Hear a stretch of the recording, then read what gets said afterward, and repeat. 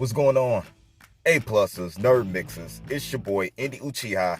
And let's go ahead and get into this She-Hulk Episode 2, Superhuman Law.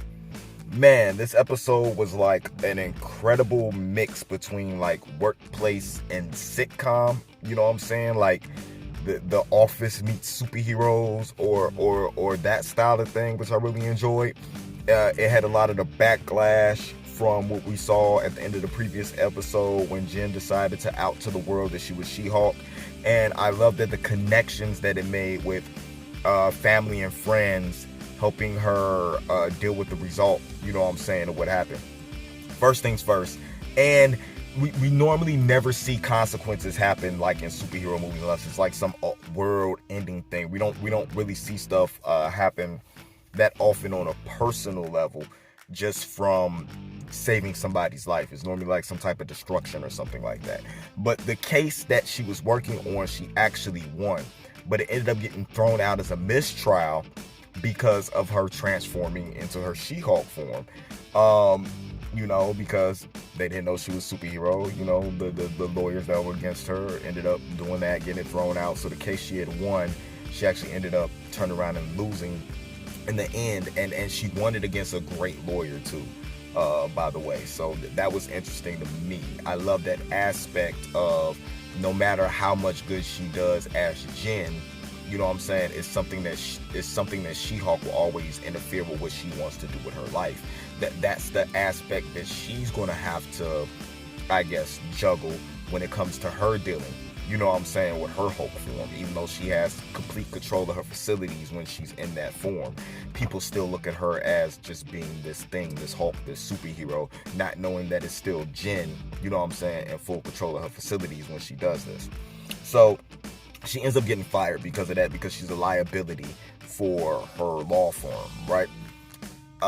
So she goes on this going to get a job, looking for a job. Nobody will hire her because she's a liability, and you know, how would they be able to combat, you know what I'm saying, with her being She-Hulk? Should just be a distraction, you know what I'm saying, of what's going on. I like that because that's what's going to happen in real life. And when she went to have dinner with her parents, it was funny because like her brother just got a promotion to like some 9-to-5 piece of crap job or whatever, and she lost her job, and everybody wants to know what it's like to be She-Hulk. The Hawkeye stuff that her dad was throwing at her about the arrows. What does he do? Does he pick them back up? You know what I'm saying? It seems like he's losing a lot of money on arrows. It's hilarious. And also, it's getting a little hot in here. Let me open the door a little bit. And also, the whole aspect of her coming up of, do superheroes get paid? Do they have a pension plan? Do they have health care? And all that stuff. You know, she went to school to be a lawyer so that she could financially take care of herself, and it's something that she wanted to do. She wanted to run her own law firm, different things like that. She never wanted to be a superhero. So all that's going on. I love the connection between her and her father. As she seems like she doesn't want to deal with her family. Hey, most of us like that. We don't like family dinners and stuff. It's just, I get anxiety every time I think about going to like a family dinner or something with my family, because I feel like something's going to go on. But I really, I just like the whole comedic aspect and the fact that they're able to make me feel like I'm watching an episode of Friends or something while still being in a superhero-esque movie. We haven't had one of these Disney Plus movies that actually felt like that. You know, it feels like a casual watch, but still getting our comic book, you know what I'm saying, like our comic book on or whatever. Example of that is when she was looking for the job, right? There was a little thing of her looking, she was thinking about being a character like an amusement park or something when she's like looking through lists of jobs. If you look at the right corner under the Iron Man, the third Iron Man thing, whatever that was, there's a hyperlink to a news article that says man fights with metal claws in bar brawl. Come on now, who else could that be? Wolverine, right? Every time we've seen him in the MCU, especially in cameos, he's been in a bar. Metal claws. It's just little stuff like that that is amazing to me that they put in stuff like this, because like, who's really looking at the hyperlinks of the articles that she's looking at other than us, because we're trained to do it, because we're always find little Easter eggs and stuff in there. So is that the first confirmation of Wolverine in the MCU? Is Wolverine in the MCU canon now?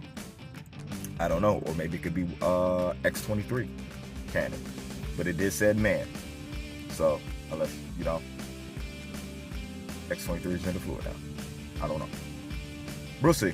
We'll see what happens. She ends up getting a job with a law firm that wants her to be like the person over Superhuman affairs, right?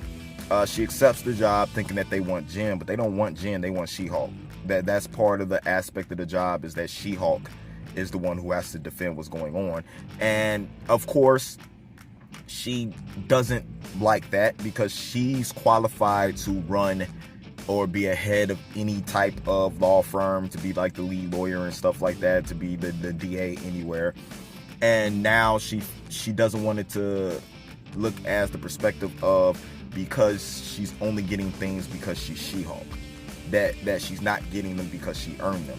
And when she's walking through the office in her She-Hulk form, you can see the people looking at her. There's one woman next to a file cabinet that gives her a really dirty look. You know what I'm saying? And you can see that it looks like people were looked over for a position because of what she is, not who she is. She also doesn't like the She-Hulk name, and I totally understand that too, because it's what the media placed on her, because it's not something that she was chosen. You know what I'm saying? She didn't get to choose that. She didn't get to pick that. They just threw it on her, and now that's what she has to be. It's not something that she picked, or it's just, I love the aspects of what she's against, and the fact that she's going to have to learn to accept, you know what I'm saying, this side of her and what's came to her, and the rough patches she's going to have to go through, you know what I'm saying, to get that. Now, the reason why she was brought into this law firm is because this law firm is actually the representation for Emil Blonsky, and Emil Blonsky actually asked for her, signed a waiver form and everything, you know what I'm saying, because he tried to kill her cousin, the Hulk. But come to find out, they pieced it up. He wrote him a long letter and a haiku and stuff like that. They pieced it up. They're cool. She even called Bruce to try to make sure if it was cool for her to take the job, because it's actually a really good job. And Emil Blonsky actually made a compelling argument for why he should be released, because he's been locked up in like damage control supermax for like 10 years. So very compelling argument that he was working for the government. He views himself as a hero, and that they injected him with something that made him go crazy. He was just doing the job that the government asked him to do.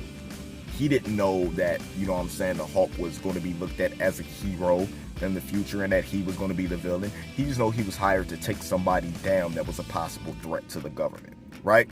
So very compelling argument that the government used him and then placed the blame on him when things didn't go right.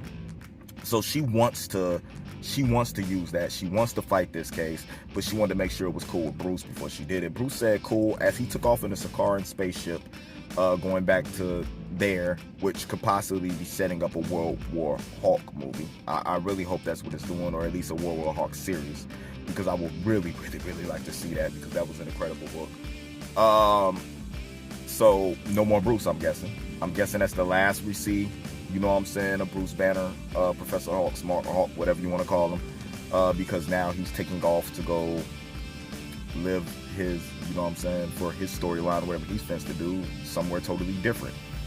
So she ends up accepting it. She has an amazing conversation with Emil Blonsky about what's going on, him and his 7 soulmates that are going to take care of him and marry him when he gets out of jail and help him change his ways. 7 pen pals, 7 soulmates.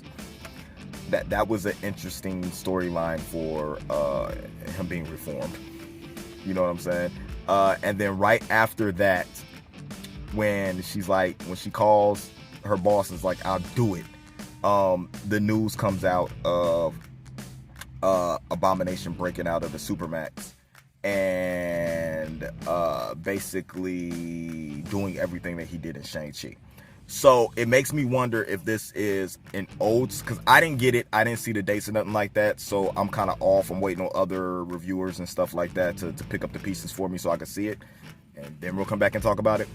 But the interest in that with me is I'm wondering if it's happening concurrently with She-Hulk, or if this is just something that's happening in the past that somebody leaked to make it harder for her to do what she had to do. And we also find out that Titania is a super powered influencer. So, and she had like court or something, and she was frustrated and trying to escape from court or something like that, and that's why she busted through the wall. It wasn't because she was after nobody, because she had some evil scheme or something like that. She was just a normal person with superpower. Well, it can't be a normal person with superpowers. A normal superpowered person dealing with issues of court. She's an influencer. So I'm wondering how that storyline's gonna go. And I wonder how this thing with Abomination and everything is gonna work out. It looks very, very good. So we'll see what happens. Let me know what you guys thought about this in the comments below. Don't forget to follow us right here at YouTube. Like, subscribe, share. Let us know everything you think about this. If you're liking She-Hulk so far, you can follow me personally at NerdMixAlpha everywhere, at NerdMixMusic everywhere. And don't forget to follow us also on Instagram at A+Opinions. And come over to the Facebook page. Let's chat a little bit. All right? So until next time, guys, as always, keep it A+. This has been a Nerd Mix. And out.